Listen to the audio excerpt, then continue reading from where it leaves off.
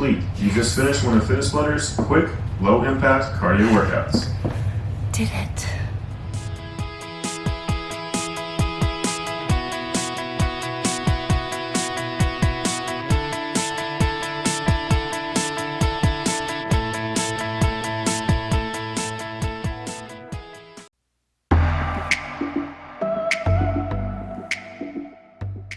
Hey guys, it's Tina, otherwise known as Little T, on our channel, The Big B and Little T. And today I'm just down in the gallery. You can kind of hear that it's echoing. It's just a big room we have in our cafe where people can come to the back and where groups can meet, so it sounds really big and hollow. But I've been down here working out after I got up from my daily nap, and just gonna talk about working out a little bit. It's not always the easiest thing to do, especially when I've been on my feet since 5 a.m. in the morning until we get off around 2:30 or 3, we walk the dog, then we take a nap. And getting up after the nap, I usually just want to sit and read a book or eat a snack, something like that. But a lot of times I just choose to work out, and that doesn't mean the same thing every day. Today I did a workout with a girl named Kelly on a YouTube channel called Fitness Blender, and it's a really great one. It just takes about 30 minutes. And then I'm going to add some of my own arm exercises today. My upper body has always been the weakest link, even way back into elementary school in the presidential fitness test. The softball throw was always the hardest thing for me to do. So I still struggle with upper body strength, but that doesn't mean that I give up. Even at 58 years old, I'm still building muscle and trying to maintain my muscle as I age, so that I age well and I stay healthy and strong. So I'm just gonna do a little bit of a workout routine for my arms, and this is after doing the cardio workout I just did, and so I'm a little bit pooped, but it's still worth it. It will take less than 5 minutes, and it definitely makes me feel stronger. So I'll join back with you in a day or so and show you what else I do as a workout, either in the morning, before I go down to work, or after I get up from my nap. Any time that I feel like working out is a good time for me to do it and get her done.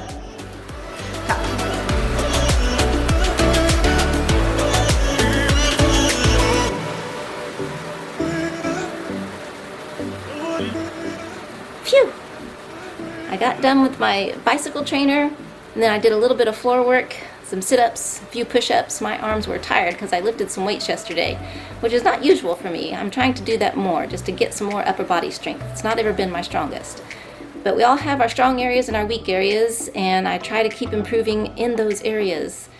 And mixing it up, so that sometimes I'm cycling, sometimes I'm watching a YouTube video of somebody doing some cardio or some qigong, yoga, things like that, just where I can remain strong, flexible, and have good balance. Hey guys, I really did not want to do a workout today when I got up from my nap. I felt super groggy, and I just thought, okay, I've gone a few days in a row, I can take a break.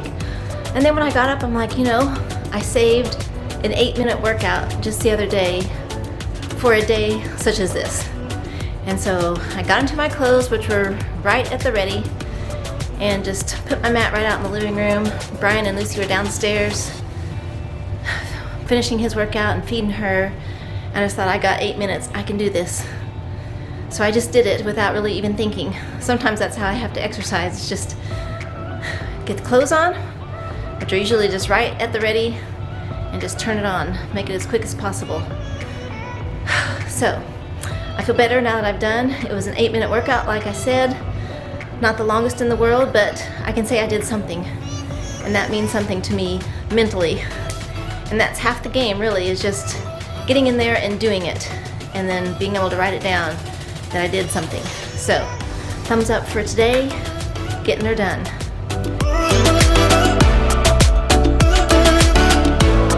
I just want to share a few quick tips that I use to try to keep my exercise routine going.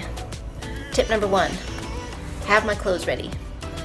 When I go to bed at night, I set out my yoga shorts and tank top right on top of my dresser. Yes, it looks messy, but in the morning when I get up and it's dark and I'm not really motivated, they're right at the ready, and I just them on without even thinking. My yoga mat is sitting right next to my dresser, and I have my iPad ready, and I just get it out and start while I'm really feeling kind of groggy. So number 1, have your clothes at the ready. Number 2, try to keep in a consistent routine. Yoga for me is something that's done in the morning before I go to work. It may be a 5-minute routine, 10-minute, and if I'm very lucky, I might get in 15 minutes. So for me, just keeping a consistent routine. The second time that I'm most likely to exercise is after waking up from a nap in the afternoon. So it's usually around 5 o'clock, and I think to myself, I've got between 5 and 6 to get something done before it's time to start dinner. Number 3, have somebody that you can talk to your exercise about, some kind of accountability partner. I have a couple of people in my life for that. I have a coworker who is also doing some kind of exercise, and we check in with each other usually once a week, but for sure monthly. We ask each other what our plans are, what we're going to be doing that month. And then I have another walking buddy that we check in for sure once a week. Having somebody to be accountable to is a great strategy. So I've got my clothes at the ready. I've got my routine, which is exercising about the same time, more or less, each day. And then I've got an accountability person or people to help me stay on track. Those are just 3 tips that I would give to help you maintain an exercise routine. The very last tip, bonus tip I guess, is to do something that you love. It may be walking, it might be swimming, riding your bicycle or on your bicycle trainer, it may be stretching or yoga. Whatever it is that you like, choose that as your exercise. Don't try to force yourself to do something that you really don't like to do, because that'll make it really hard to do. You'll find a reason to put it off. Thanks for watching, and I'll see you next time.